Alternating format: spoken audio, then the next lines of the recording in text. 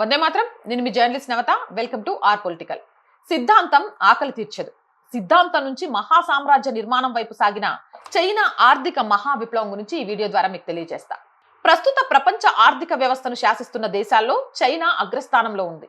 ప్రపంచవ్యాప్తంగా లభించే వస్తువులపై మేడ్ ఇన్ ఇండియా చైనా అనే ముద్ర ఎంత సర్వసాధారణంగా మారిందో మనకు తెలిసింది. ఒకప్పుడు కేవలం వ్యవసాయం పైనే ఆధారపడి తీవ్రమైన పేదరికంలో మగ్గిన ఒక దేశం కేవలం కొన్ని దశాబ్దాలలోనే గ్లోబల్ మ్యానుఫ్యాక్చరింగ్ హబ్ గా ఎలా ఎదిగింది? దీని వెనుక ఉన్న చారిత్రక మలుపులేంటో చెప్తా. సిద్ధాంతాల కంటే ఆకలి ముఖ్యం. చైనా ఆర్థిక వృద్ధి కేవలం ఒక్క రాత్రిలో జరిగింది కాదు. అది ఒక తరానికి చెందిన కొందరు నాయకులు తీసుకున్న సాహసోపేతమైన నిర్ణయం. 1970ల నాటికి చైనా కేవలం కమ్యూనిస్టు సిద్ధాంతాలకే పరిమితమై ఆర్థికంగా తీవ్రమైన సంక్షోభంలో ఉంది. కేవలం రాజకీయ సిద్ధాంతాల నినాదాలు మాత్రమే దేశ ప్రజల ఆకలిని తీర్చలేవని అక్కడి నాయకత్వం ఆలస్యంగానైనా గ్రహించింది. డెంగ్ జియావోపింగ్ పని విధానం చైనాలో సరికొత్త శకానికి నాంది పలికింది. 1976లో కమ్యూనిస్టు పాలకుడు మావో జెడాంగ్ మరణం తర్వాత డెంగ్ జియావోపింగ్ చైనా పగ్గాలను చేపట్టారు.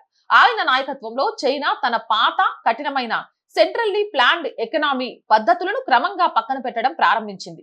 కమ్యూనిస్టు సిద్ధాంతాల చట్రంలోనే ఉంటూ పెట్టుబడిదారి విధానాల రుచిని దేశానికి పరిచయం చేశారు.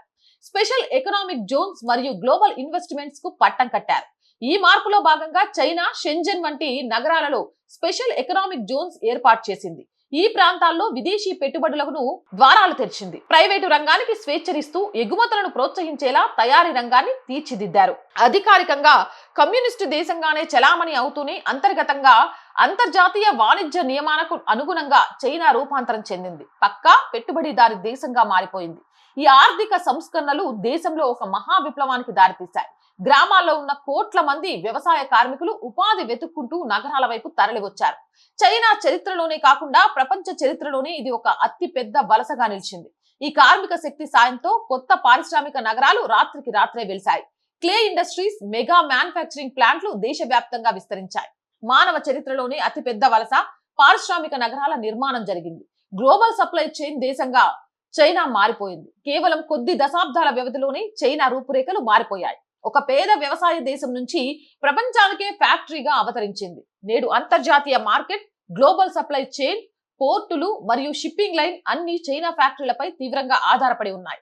చరిత్రలోనే అత్యంత వేగంగా జరిగిన ఈ ఆర్థిక మార్పు అంతర్జాతీయ వాణిజ్యాన్ని, భౌగోళిక రాజకీయాలను శాశ్వతంగా మార్చేసింది. సిద్ధాంతాల కంటే దేశ ప్రయోజనాలే ముఖ్యమని భావించి తీసుకున్న ఆ ఒక్క నిర్ణయమే నేడు చైనాను ప్రపంచ అగ్రరాజ్యాల సరసన నిలబెట్టింది. అక్కడి ప్రభుత్వ విధానాలను వ్యతిరేకించిన, ప్రశ్నించిన, ఆఖరకు విమర్శించిన నిలువున పాతేస్తారు. ఉదాహరణకు అలీబాబా వ్యవస్థాపకుడు జాక్ మా చైనా బ్యాంకింగ్ సిస్టమ్ ను సరదాగా విమర్శించినందుకు అతన్ని తొక్కి నారతీశారు. ఇప్పుడు అతను సౌదీలో కూడా లేడు. ఇక కొందరు కుహానాలు, మన దగ్గర ఉన్న లాంటి కుహానాలు గనక చైనాలో ఉండి ఇక్కడ కూసినట్లే అక్కడ కూడా కూస్తే ఆయన తోలు తీసి ఎండేస్తారు. అవునంటారా కాదంటారా? ఏదేమైనా కొన్ని నిర్ణయాలు చైనా లాగా కఠినంగా ఉండాల్సిందే. మీ అభిప్రాయం ఏంటి? కామెంట్ చేయండి. జై హింద్, జై భారత్. రోజు చెప్తుందేనండి, our group of channels, our voice, our political, our Sanskriti, 3 మన ఛానల్సే. So please subscribe our channels. Content బాగుంది అనిపిస్తే లైక్ చేయండి, షేర్ చేయండి. ఆర్థికంగా ఆర్ వాయిస్ కి మీ చేయుత చాలా అవసరం. ఆర్థికంగా సపోర్ట్ చేయాలి అంటే సబ్స్క్రిప్షన్ పక్కనే జాయిన్ అనే బటన్ ఉంది. 1 to 5 లెవెల్స్ ఉన్నాయి. ఏదో ఒక లెవెల్లో సపోర్ట్ చేయండి. లేదా స్క్రీన్ మీద గూగుల్ పే, ఫోన్ పేతో పాటు అకౌంట్ డీటెయిల్స్ ఉన్నాయి. మీకు తోచిన సహాయాన్ని అందించండి. వ్యాపార ప్రకటనల కోసం 8328500576 నెంబర్ని సంప్రదించండి. జై హింద్, జై భారత్.